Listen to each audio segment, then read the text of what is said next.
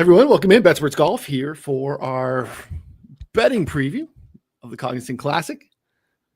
Ryan Noonan, joined here as always by Andy, who is having a little bit of a contact issue today, so he's got his glasses on. I have these blue blocker glasses that my wife really wishes I would wear more frequently. I have a couple of pairs. I keep them out to basically pretend that I wear them frequently, but I'm not even a big sunglass guy.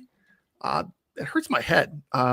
So sometimes I'll try it if I feel like, all right, I've been staring at the screen for a long time, but you look absolutely elegant today. How are you doing, buddy? Yeah, I mean, you have a pretty fat head, in like a nice way. It's just some people have bigger heads. Like, who else had a huge head? And he was a great baseball player, Barry Bonds. Different reasons, but no, I thought you looked nice in the glasses. I bought some of those blue blockers too. I don't know that they made a difference. I don't know. I don't know that it made some like difference. It's like everything else that people try. Like, you got to try melatonin. You'll sleep so good. I can't do melatonin. Some of those for a while. I don't think it affects me at all. I still wake up 10 minutes before my alarm.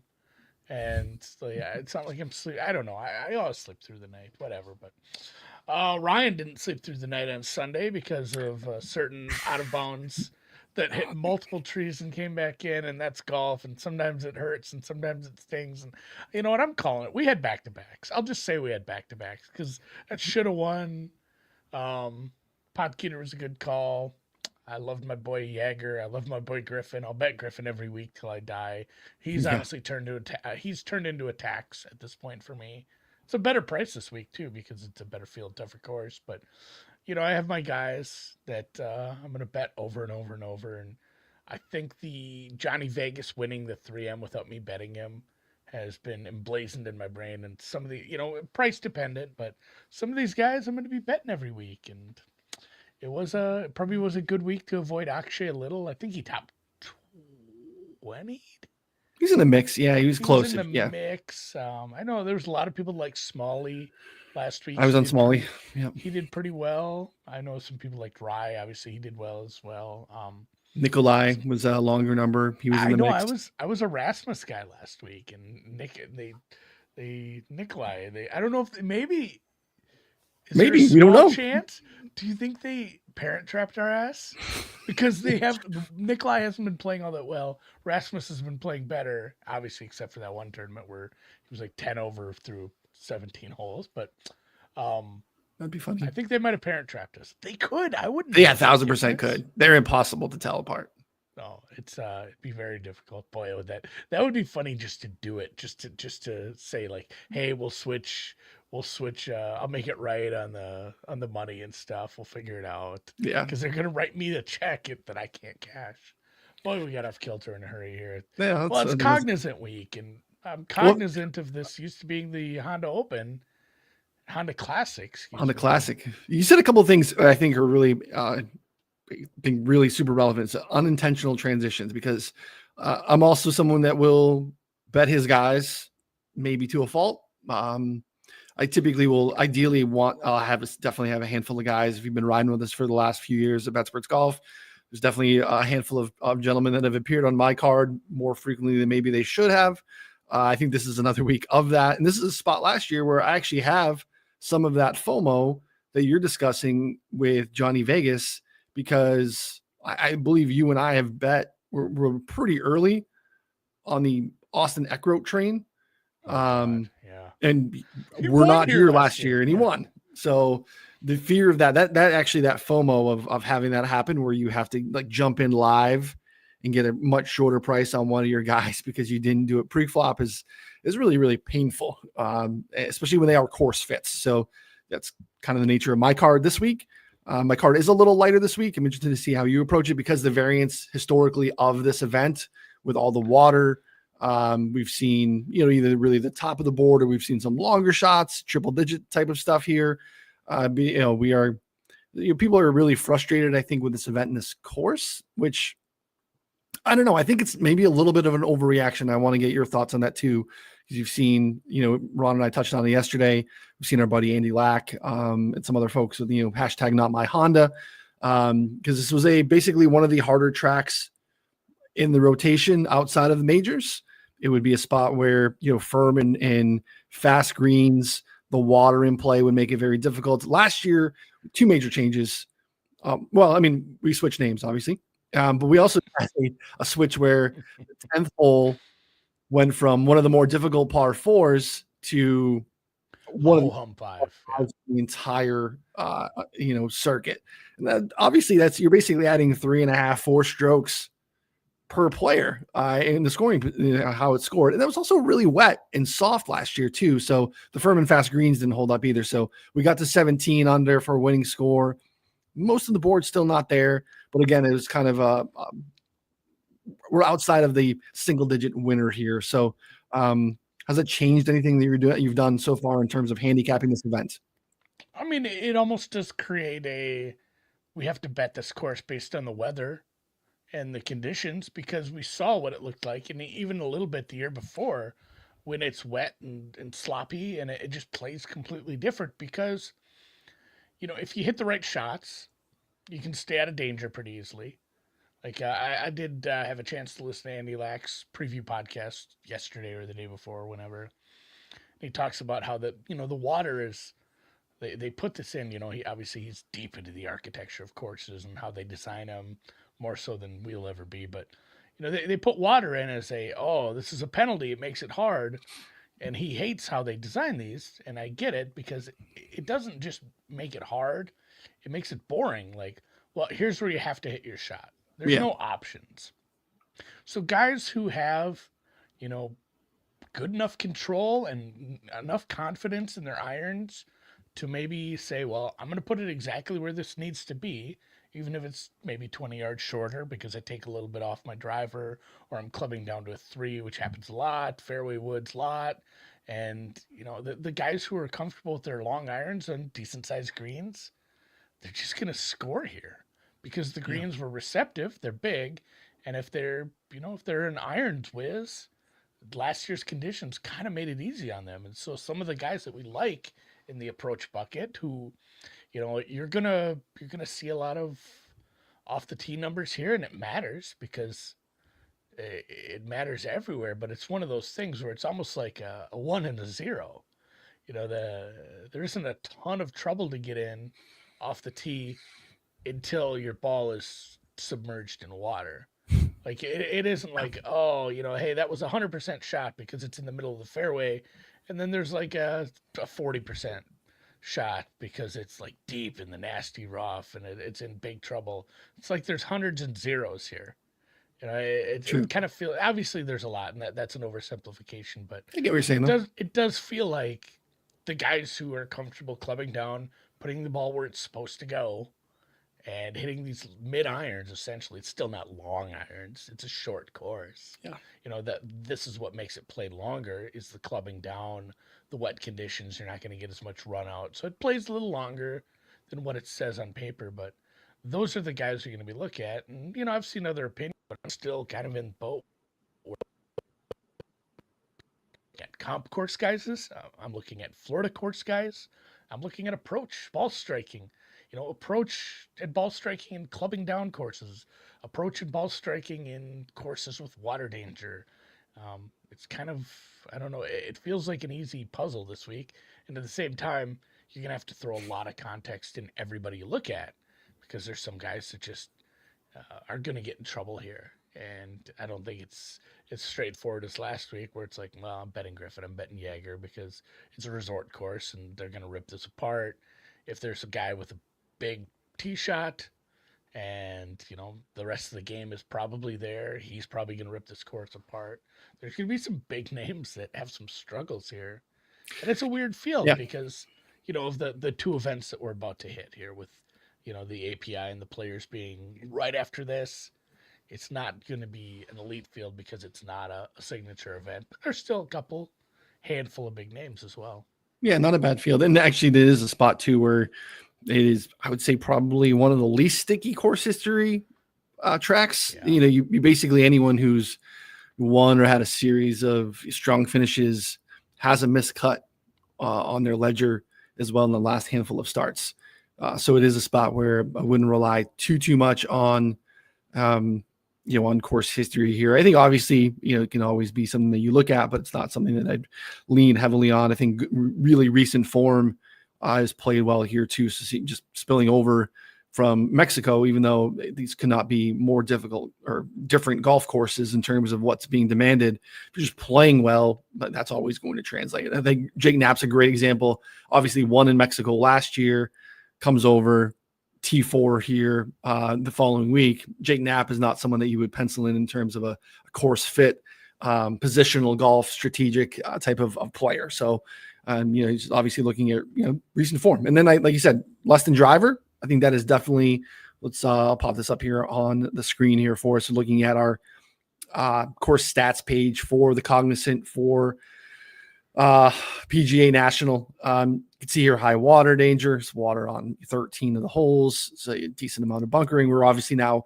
in the southeast, 4 straight Florida weeks, so we have Bermuda greens, which is obviously something we have not seen so far on the year. Pretty decent size Bermuda greens as well, but you see less than driver. We'll get into some of the details as why that is, but from a ball striking standpoint, it has historically been very difficult to gain off the tee, and has been very difficult to gain on approach as well. So these are a couple different things where, looking through unique lenses to what Andy was talking about, looking at ball striking and off the tee from less than driver. And then I think looking at difficult to very difficult off the tee and approach, and give us a lens of ball striking through that, I think is interesting as well. You can see putting not very difficult overall. So you can see maybe some team no putt guys here as well. We obviously are entering into the swing of the season as well, Andy, where we have our 3-hole stretch. We have the Bear Trap. So Bear Trap also played a little bit lighter last year too. You can actually scroll down and look at that. 15, 16, 17, still playing over par, maybe a little less bite than it had in the past. But you can see 10 is a big jump here as well, whereas I think 10 played like a quarter stroke over par for 5 years, and then last year minus 0.77 again. Just by it's far, probably a good guess, even if you didn't know the answer. Like, things stay pretty static, and it's not like they changed a ton about the hole. So probably about a full stroke difference because of massive changing the par on that, and doesn't happen all that often. Usually, when you see something like that, it's like, well, this is a 5 for the members, but it's a 4 for the pros. They went from 510 as a par 4 to 530 as a par 5. I don't think that changed very much. All it did was make it pretty much a layup to start.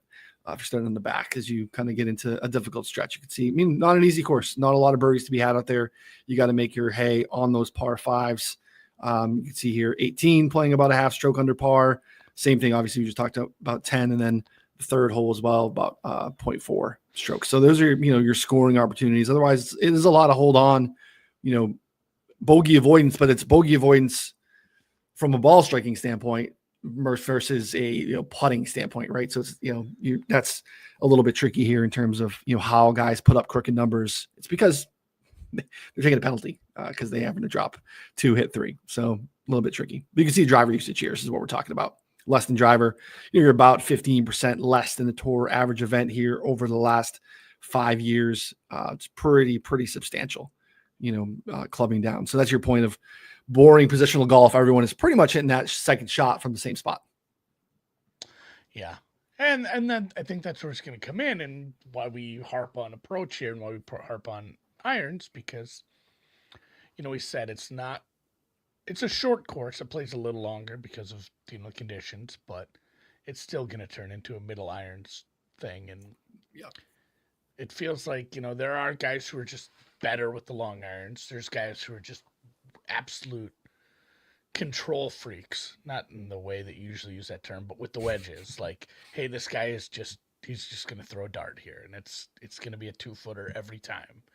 But the guys who are just overall good approach players, overall great irons players, like all their middle irons are going to play so well into this. Hey, here's a soft green and it's huge, and you're in the same position every day, and your practice rounds, you're in the same position every day. Hit this shot over and over. It should be, I don't want to say easy, because scoring isn't easy here. There's some pretty difficult holes, but those guys with the the good irons, they're gonna put themselves in positions on, let's say half of those approach shots are gonna be all right. Well, we got a nice lag putt here, and we're in for par because this is a difficult par four. And then maybe a quarter of them, it's like, hey, there's a makeable birdie putt, and it's usually gonna be on these fives, but it's gonna be one or two of these fours as well. And obviously, the same thing goes for that with your tee shots on the threes. Yeah, it's just really going to come down to the middle of the numbers on the bag and Yep. finding yourself in good positions, bogey avoidance. Like I'm talking about, they're still difficult shots, and you're going to have to just find a way to scrape out par on a bunch of these. And a lot of it is just putting yourself in a good spot on the green for a healthy lag putt. You can see distribution here on approach shots. 50 to 125 is, about a third less than the tour average event. So to your point, not a lot of short iron wedges you're pretty much living in the 125 to 200 bucket, and that plays itself out here a little bit above average from 125 to 150. We get up to 150 to 175, same thing. A little bit above average. You saw last year a little bit of a drop in that, and part of that again is can be indicated on one hole in softer conditions. Like I said, I do think it plays a little harder this year. And then you get into the 175, 200 bucket. That's where we see, the biggest jump last year, 25.3%, up about 7% off of the tour average, and even a little higher than we've seen historically at this event. And again, then you get up into the 200 plus, and we're a little bit below. So that starts to tell you that we're really kind of living in that 125 to 200 range too. And it's a little bit easier. You're going to have a little bit more of it too from the fairway because you are having a higher rate of clubbing down. Guys are just naturally going to be playing from the short stuff at a higher rate because they are, not risking anything off the tee. So you can see that here last year, fairway 175 to 200, more than 6% above a tour average event. So I think substantial and enough to really consider that when you're kind of looking at, approach shot distribution and approach numbers overall this week. But yeah, like you said, 17 last year, Eck wrote 3 clear of Minwoo Lee, EVR, who went red hot on Sunday, a guy who loves to find the water off the tee. So we didn't David get super Skins. crazy. Skins, yeah. I mean, this is it, right? This shows you last year your mix of Minwoo was about 30, Lowry short like he is this year, 25 or so. Cam Young in that same range. Knapp was coming in hot. Then you get the Marty Lairds, Peter Malnati's, Kevin Yu, where you start to see some guys that were hanging out and doing some weird stuff, triple digit stuff, guys. So it's been a spot where that's mostly been what's happened here historically. You can look at here past winners too. Matt Jones and Sanjay, definitely a unique mix of who's won here and who's performed well. Yeah, it does seem like this, and you've seen this a lot in the winners, and I think Ron alluded to it. It's you get some favorites, you get some long shots, and Yep. you're always going to have some long shots in the mix. And I think it's probably a good week for. Oh man, I should write this too down because it is such a mind fuck with how golf betting works. Like when you have 3 guys in the top 10 and you didn't bet any positional stuff, you just bet outrights. It's like, oh, you know what I should do next week? Is like bet top 10s, bet top 5s, bet top For 20s, sure. and all these guys. Yeah. And it'll be every guy in your card will make the cut and finish like 23rd. Like just how it goes. You kind of got to stick. It feels like you stick to a process. Don't let last week's results tilt you. That said, I think some juicy numbers on top 20s on some guys. If you have some real big number guys that are continually popping in your data, in your research, in your models, those are guys that I'm probably going to still do it. I don't even care. I said I'm not going to let last week dictate this. I'm trying not to, but I think just based on the course and how the fields have performed here and some of the names that have been at the top, it's like, you know what? Andrew Putnam, step right up, top 20 bet for you. Yeah. And Mac Meisner, some of these guys that have been showing up over and over for me. It's like you're gonna get a bet, and you're gonna get a top 20 bet from me. I used to do it more. I stopped a little bit last year and kind of changed my process. And I definitely regretted it last week. I promise you, because having basically 4 runners, in the mix, and then you get nothing for that. My wife was like, "So you don't get anything?" If like, no, I get nothing back for. You can bet that way. Have the conversation. I explained each way betting to her. That's a thing, and again, not available to everyone, and even something that I don't necessarily. So mixed in terms of trying to look at how that would work out historically with approaching each ways and things like that. But yeah, I think you're right. There's definitely it's a good week maybe for some of that too. Part of it is just the week. There's so much variance. I think you're going to get some, and we've seen historically being able to add some really nice long live numbers because, water is lurking all over the place. And it's just very easy for you to have 2-3 shot swings because someone makes a birdie and then someone else, finds the drink, that just invites some variance and makes it one of those places where I'm a little bit more likely to be stocking live boards over the weekend to see if there's, a nice outright number. If the book opens finishing positions live as well, I think there's some opportunities for that too. So probably one of those weeks for me as well. All right. Yeah, I need to live. I used to live bet so much in golf, and I think I need to get back into that too. Especially now, there's so many more markets. I mean, a long time ago, it's like, oh, there's live betting on golf, and it's just outrights. But you can bet live top 20s and mid round top 20 stuff too. There's definitely different ways to look at it. So, I did build a model. Okay. I'm a little bit ahead this week. In fact, I built 2 models, and one I didn't share as like a expert model because I don't want to overfill that, but I did kind of take a long list of comp courses, and I think this is a nice one to just save because have you ever done this on the rabbit hole where you just want to run a report again, but you don't want to go back and build it? Yeah. So it's not even technically a model. I just went and put all the comp courses I wanted in there, and I went with 10 of them, I think. Kind of went out in the weeds on a couple, but all the comp courses I wanted, 3 years, and then I just clicked strokes gained total. Just how have you played overall on these 10 comp courses over the last 3 years? And I built a model with 100% of one stat. So there's a one stat model, but the advantage of that is like next year I can just pull that up. I don't have to go and look at my list and look up, all right, Bay Hill. All right, TPC San Antonio. All right, Twin Cities. Like pull them all up and try concession, put it back. It didn't save me a ton of time. It took me about as much time as it is explaining this, but I like having it. I think I'm going to do this more on weeks where I do like comp courses because then next year, Friday comes, the field's put in the rabbit hole, and I'm just going to pull it up. But it's funny because the names I mentioned, a couple of the long shots, Andrew Putnam, who showed up in my model that was, that one was form coming in last 12 months, heavy on approach and greens and regulation, a little bit of some Bermuda putting, some bogey avoidance. Okay. And I know it's team no putt week, but I still like guys who specialize a little bit on it. And then a little on distance from edge of fairway. I went pretty light on that one, but I like to toss that in there. So, like I said, Putnam and Meisner show up 4th and 6th in that model. And then I run the comp course thing for the last 3 years.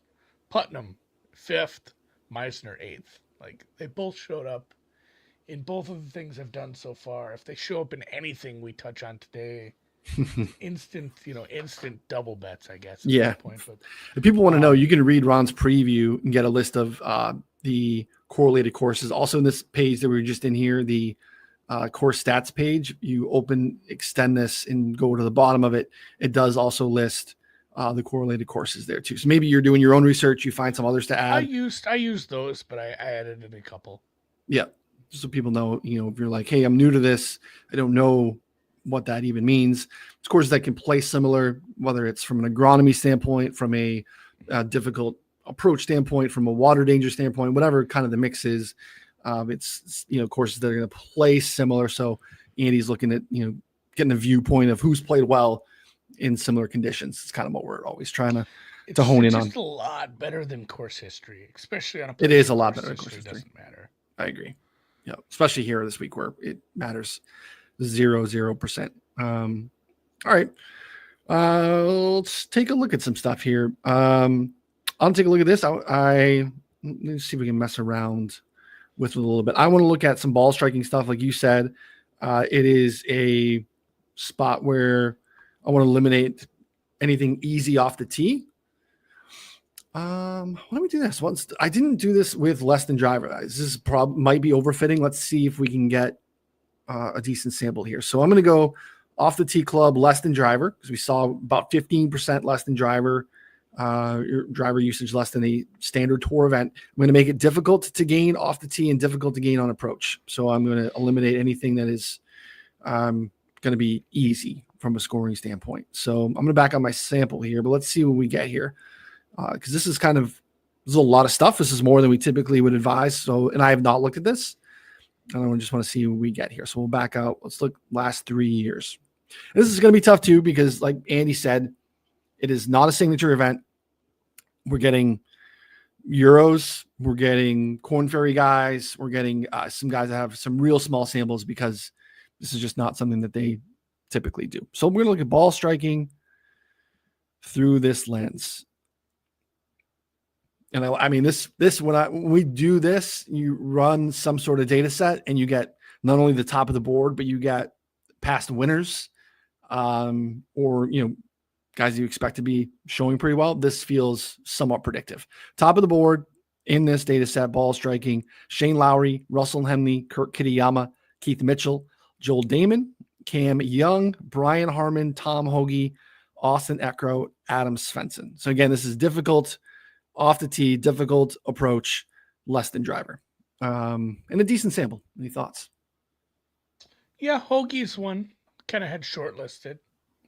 Me too. The number is long too, but the rest of his game has been pretty poor.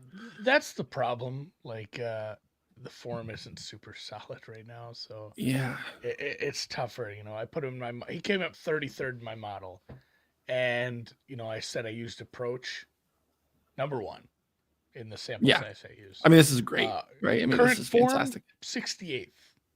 Bogey avoidance, 97th. Greens and rag wasn't even very good, despite being a strong approach player. Like, he's got some warts, so he's on the list of I need to do a little more digging in on him. But obviously, somebody I like that.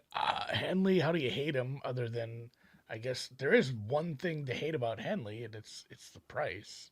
Like betting Russell Henley with some bigger names in the field at 20-1 kind of stinks, but it's kind of what you're going to get on Henley and Berger at this point. And I think it feels better than betting Taylor Pendrith at 25, who I like a lot, but or Sanjay.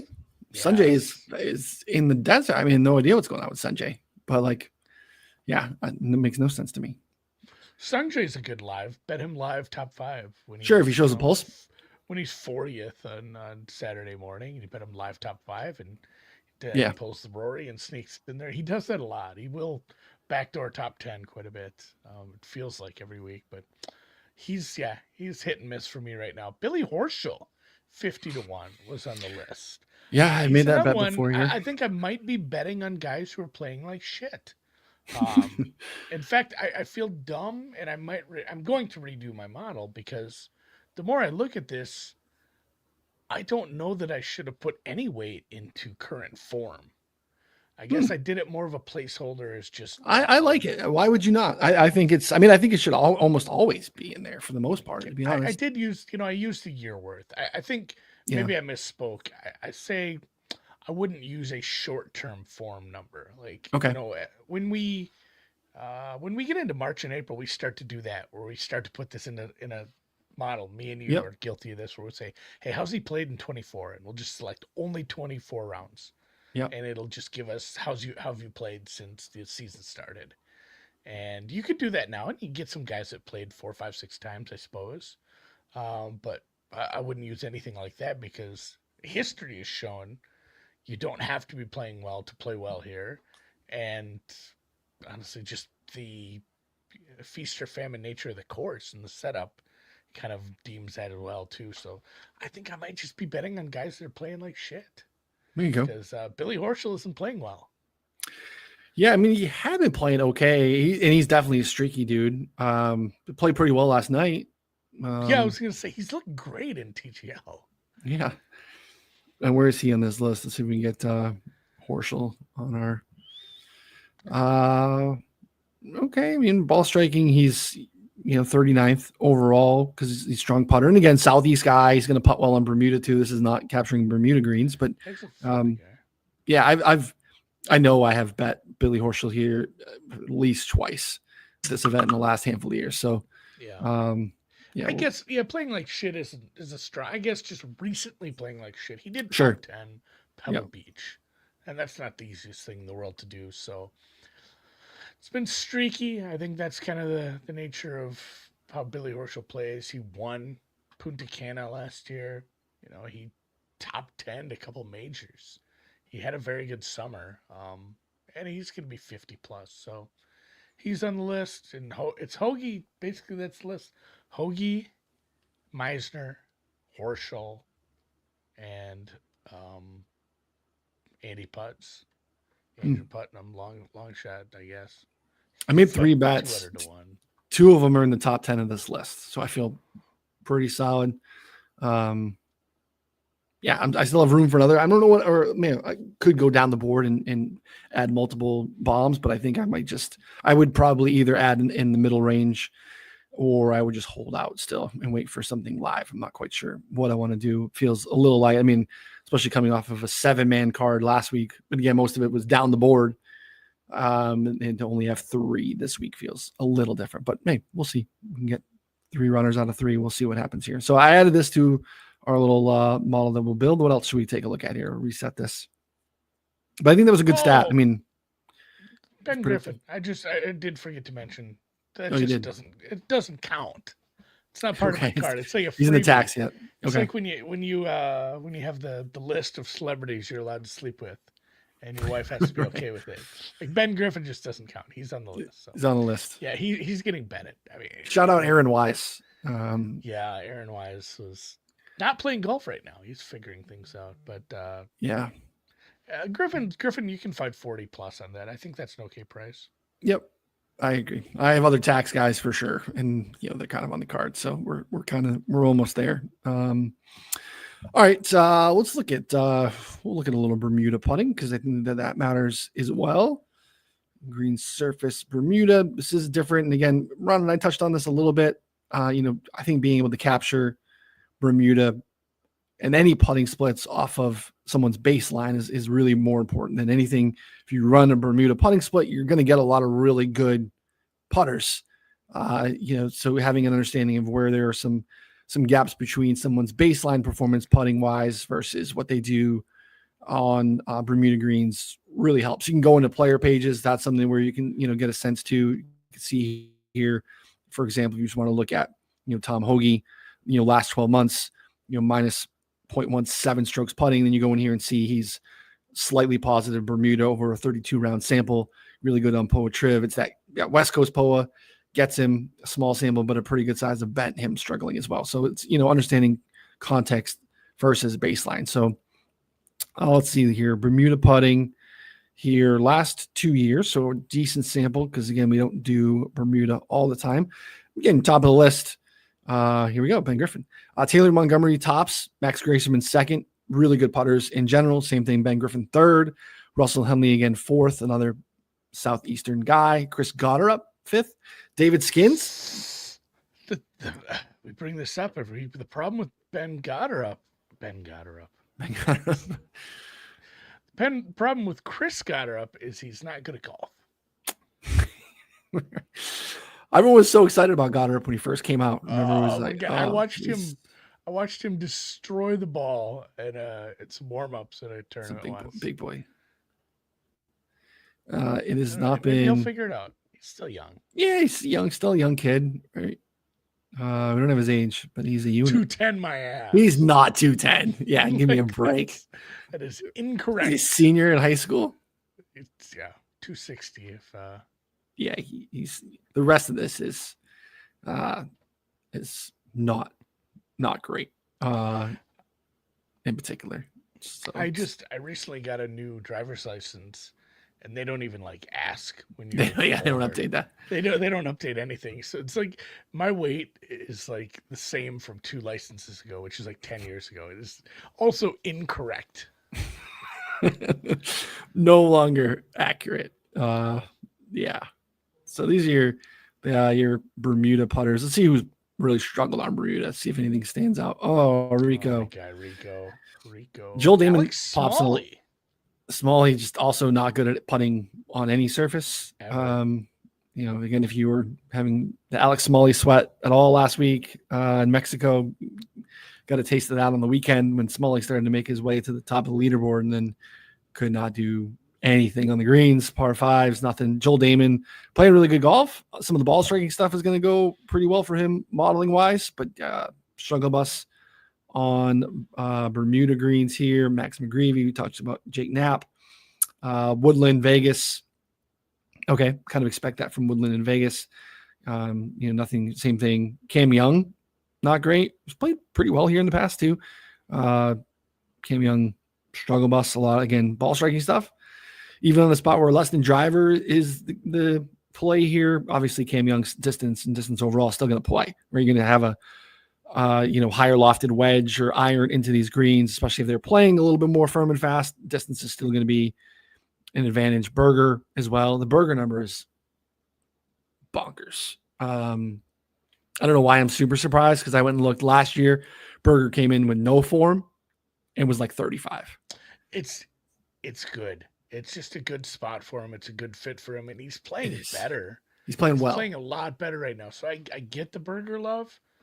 That said, the price is just a little too far for me at this point. I mean, I saw the 28s because DraftKings has got this new thing where they're coming out early with numbers. Yeah. And it was just like he was 28. I was like, good Lord. I mean, he was definitely on the radar. The game looked so good at yeah, I mean, look at these balls. Look how green this is. Right? Look at the ball striking numbers. Short-term form, even last 24 rounds. 12th of the Genesis, top 2. I don't know if Phoenix is a great comp for this course. It's not, obviously. Yeah. Amex he's playing good golf. Yeah, ball striking's good. He's gonna struggle putting, but he didn't. I mean, a lot of this is farmers pulling some of this stuff down too. I mean, the putting over a larger sample has been pretty poor. This is where he was last year, but overall, I mean, we're kind of back to, hey, positional golf. This gets windy, that low ball flight. Like, there's a lot of stuff that, like, son of a bitch, I wish Berger wasn't 25, 22, because it's a really, really tough click. But there's a lot of reasons to like him here. And as you made it, and that's kind of a segue into, it's perfect for one and done. He's perfect because price doesn't matter.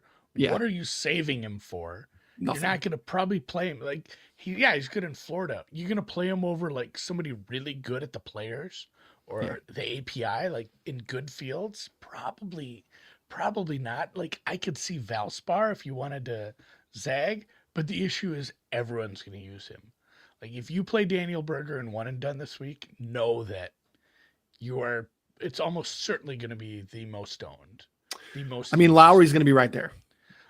I think so, but I can make more of a case to save him for, a few other places. The guy who's top on the leaderboard tops on the betting board is always going to be high. That obviously with Lowry, but it feels like Berger's going to overtake him even more than like the Henley or Pendrith people. A lot of people have used Sung Jae already because he's played a bunch of golf. But I think it's similar to last week where just bet a guy, or if you bet a guy and you think he can win, he's probably a good candidate for one and done. If it's a middle range guy like the Jaggers, Griffins, Halls, Akshay, Rye, Smalley, all of those guys that people loved that were in the 25 to 50 range. Like, find a guy you love for one and done. You love to bet and play him here. Unless you want to burn Lowry, but it's another small pot. Like, it's not one where you're going to get. Where am I using Lowry? I don't know where I'm using Lowry. I get it though. He also, again, for the people that are going Renaissance, they say it different over there. Yeah, that's true. I think you can 100% use Lowry. I just don't know.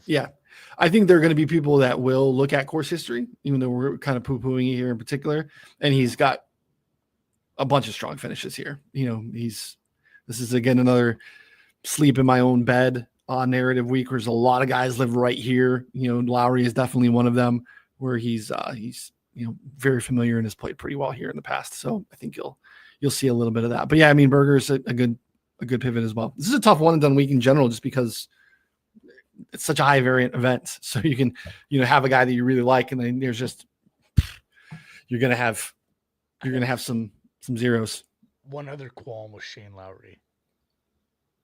He is not playing practice rounds today. Yeah. Because he's in the arena tonight. Well, he's doing TGL on a Tuesday. It works a little easier. Obviously, when the tournament's in Florida, not Mexico or Hawaii or California, it's a lot closer to SoFi. But Lowry is in the arena tonight. Yeah. Matt in the chat asking about Spieth. I think Spieth's outright number is also kind of appealing. I'm not historically a big Spieth guy, but Spieth at like 45-50 in this field is a little interesting to me. I'll say that. I'm not quite sure what to do with that. He's definitely, caught my radar's longer number than I was expecting. He's on my list of guys I'll probably bet live if he's looking squarely. The thing with that is that he's Spieth, right? So you instantly pay a tax on, live. I think the live markets treat him with, different, right? We know that's a fact too, where they know where they're going to be able to take some money. Spieth showing a pulse with his pedigree, with his popularity, all of a sudden becomes, we're betting 2016 Jordan Spieth all of a sudden, right? So that is a different dynamic. But yeah, I mean, I'm very much at a loss to do with what to do with him, because he was injured a little bit. We know that a lot of the numbers are just kind of off. I don't really even know what to make of even the data on Spieth. It's definitely just a field bet for sure. All right, he's SG vibes. Right? Yeah. He's something. Bermuda. So we got Bermuda putting, and we have our mix of a ball striking less than driver. What else do we want to look at? You mentioned distance from the edge of the fairway. Yeah. I agree with it though. I put it in there lightly. Yeah. What else do you have heavily? Is there anything heavily that we capture so much of that in that ball striking mine stat? was just so much approach. I went like 30% combined on approach plus greens and reg. Okay. We did some, early when we were trying to figure out exactly what we were going to be here at Betsperts Golf. We did a lot of deep dives on like huge masses of just historic data, because you can't just take something like I don't know, ball striking and say, well, this is predictive. It's predictive, strokes gained, because you're gaining strokes. But if you dug into the non-strokes gained stuff and tried to find something that was predictive, out of everything, basically none of them had, a significant, they weren't significant numbers, but greens and regulation was one that was a little bit above everything, right? And it makes sense. Like, hit the greens, make your putts. Mm-hmm. Like, you're not scrambling. So it's something that I've kind of anchored to over the years, where a lot of time when I'm going and going to use heavy approach in a model, I go part approach, part greens and reg. Even when I was, doing my own modeling and spreadsheets years ago, I would do a form one where it was like last 100, last 50, last 25 blended. And then I'd do a straight up greens and regulation one where it was same thing. Last 100, last 50, last 25 blended. Kind of get a feel for how they're playing on approach. And then I would do a course fit thing and mix them and match them all together. And that's what we got. Maybe I need to go back to that, because as Matt's saying here, I haven't been betting as many matchups. Like, Cal killed me with that too, because he's like, oh man, all your guys are doing good this week. Did you bet matchups? Which is kind of a bit of a misnomer. Like, just because I bet someone outright doesn't mean I'm betting their matchups. True. I have to, a lot of times I'm betting matchups just because I hate the other guy. Exactly. This guy's toast. Yeah. I like that with approach. I mean, then you just, you're adding, you can do, a rolling approach model like that. I think it's probably the right way to do it, the right way to capture it. Obviously, when you get into, mixing buckets like that, you're double counting in a handful of areas. But you and I have touched on the fact that like that's approach wise is the spot to double count. If you're double counting anything, it's a spot where whether it's ball striking or approach in general, it is historically almost regardless of course setup and where you're at going to be the most predictive thing over a larger sample of time. You're fine having a little bit of a 2 approach heavy model. It's going to be okay. So I think some sort of rolling approach numbers are okay. So we'll do a hybrid of that. So I'm going to go a little smaller. To your point, you didn't like this, which means not in your model. It's not in my model either. So it's kind of my goal here today is look at something a little different than what we both did previously here. So I'm going to go approach last 20, and then I'm going to go greens and reg last 20. And then we'll go from a much larger sample and see, maybe we go last 75, last 12 months. So we might not get 75 for all these guys, obviously, but looking in the last calendar year, what they get. Because again, smaller sample, again, Euros, some other, combinations of what's going on with different guys. Brendan Todd, I don't know what happened to that dude. All right.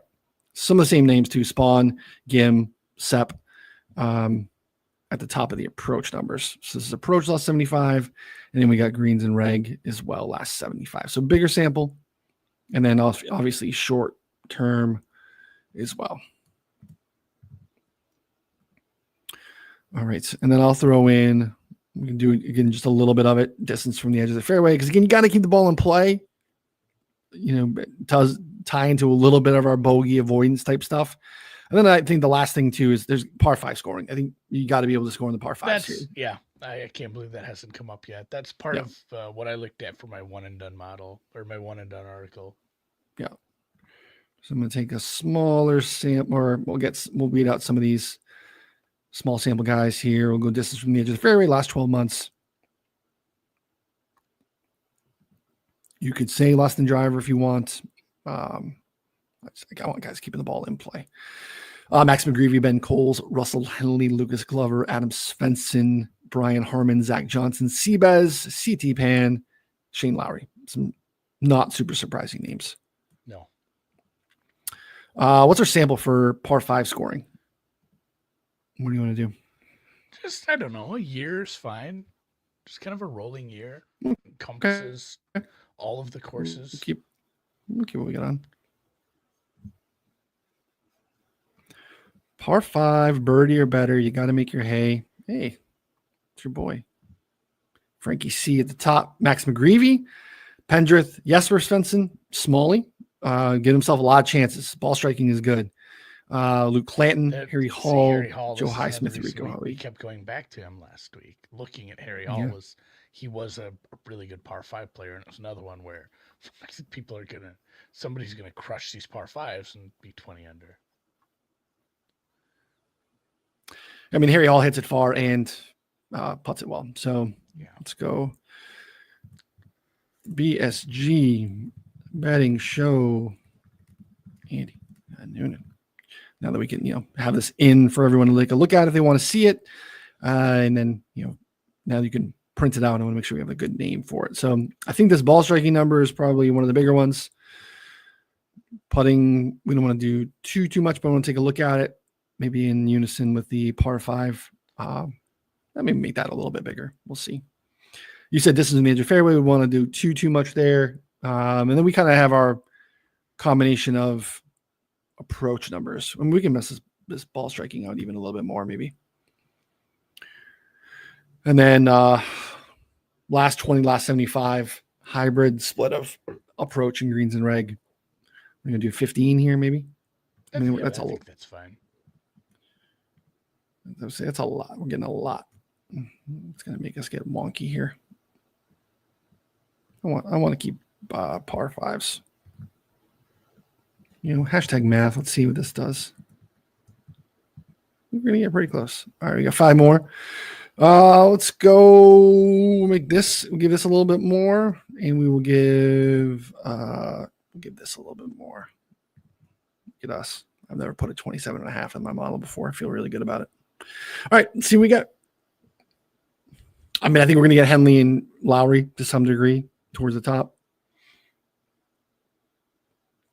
Sep. Ooh, I like it. Sep Straka. I don't see Shane Lowry. I have to scroll down. Sep Straka playing really good golf. A former winner here. Top of the model, Russell Henley second. Johnny Vegas, again, because we're only knocking him 5% here on his putting.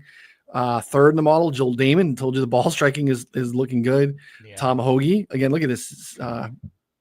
These are all triple. Well, no, Vegas is a little shorter than that. Keith Mitchell, sixth in the model. Kurt Kitayama, 7. Adam Svensson, 8. Doug Gim, 9. Shane Lowry, 10th in the model. The greens and reg.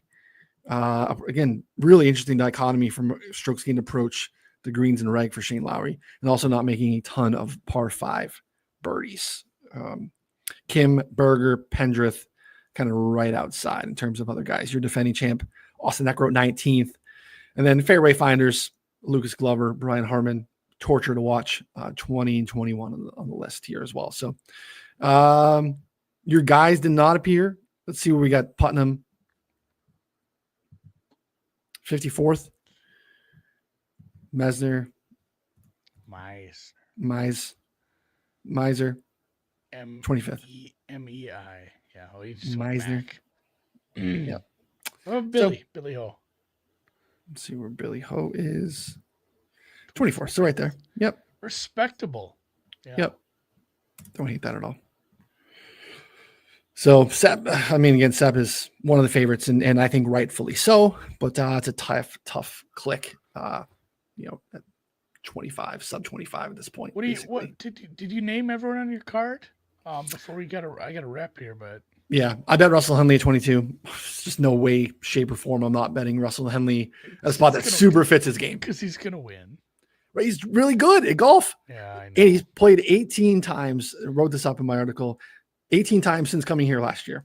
He has 8 top 10 or better finishes. And he's playing signature events. The only non-sig in that mix is Valero. He finished 4th in Valero's. The only non-major, non-signature event. He's top 10ing, top 5ing in majors. So there's just not a weakness in the game. So paid the Luke Clanton tax as well at 60. Florida kid. Obviously, we know we can make a cut here. And he gets his PGA Tour card. But just, again, ball striking, positional golf is going to keep the ball in play. And then Adam Svensson, 8th in our model here. Adam Svensson at 120. I liked quite a bit. I thought it was a bad number, and I will show you. Here's the Adam Svensson case as well. Yeah. Bad putter. Really bad putter. Calls Palm Beach Gardens his home. And if you bounce out to a little bit of a larger sample here, Adam Svensson, good Bermuda putter comparatively. So it's our best shot. I'm a little bit worried about this here. It's a little red tick in round 4 for Adam Svensson, but those are my bets. So have you officially fired any of the guys you mentioned, or that's kind of your swimming around your Griffin Tax and your Mac, Billy Ho? You know what? To close things out, I'm going to bet Russell Henley at 22. There's nothing I've run. There's nothing I've run that doesn't have him like in the top 2. You're not going to run anything. You can't do something and say like he doesn't fit this course, or his form is shit, or he can't play with the big boys, or he can't play in Florida, or he can't play with water danger, he can't play with clubbing down. Like everything you do, Russell Henley's going to look good. He should be one of the favorites, and you just get in your own head. Like you think about a 22-1 and the probability of it, for sure. Yeah. And to be fair, like it's not 2018 Russell Henley anymore. I think he's legit just significantly better at the game. It's just consistent. So does he win more? Yeah. Does he win 5% of the time? Does he win 5-6% of the time? Is there a slight edge on that number still? It's probably about fair, but sometimes I'm going to bet about fair because I really don't understand how he isn't in the mix here. So yeah. Getting a big card, getting a 7 guys on the card again. Ben Griffin isn't counting. He's barely on the card. Well, and also like Meisner and Putnam and Hoagie, those are going to be pretty small bets. Cheap. So those are triple-digit guys. Just I don't usually put, I'm putting 1.5 unit or 0.15 units on this guy and 0.13. Like it is like figure it out. Bet how you guys are comfortable. You don't need to bet the exact same units. Correct. I don't do the bullshit where I'm always trying to win 8 units because I don't want to do the math. I'm just kind of scaling it how I do that bullshit. Oh, so I scale it by vibes. Like, all right, you're a full unit. You're a full, I have a you range. know, I have a range by yeah, vibes too. you're smaller. Like you're a smaller bet. Yeah. I want to be rewarded for hitting the long shot, so I don't scale those down quite as hard. Yeah. But anyway, yeah. Follow Promo code along in the if you show wanna. notes. Right? Promo code in the show notes. You want to get a Promo code in discount? the show notes. Promo code in the comments. If you want to get on board, a month gets you through all of Florida and into Texas at this point. There's a promo code. We can get you a cheaper month. Check the notes. Check the comments. And yeah, we'll check you guys next week for the Arnold Palmer Invitational. Thanks a lot.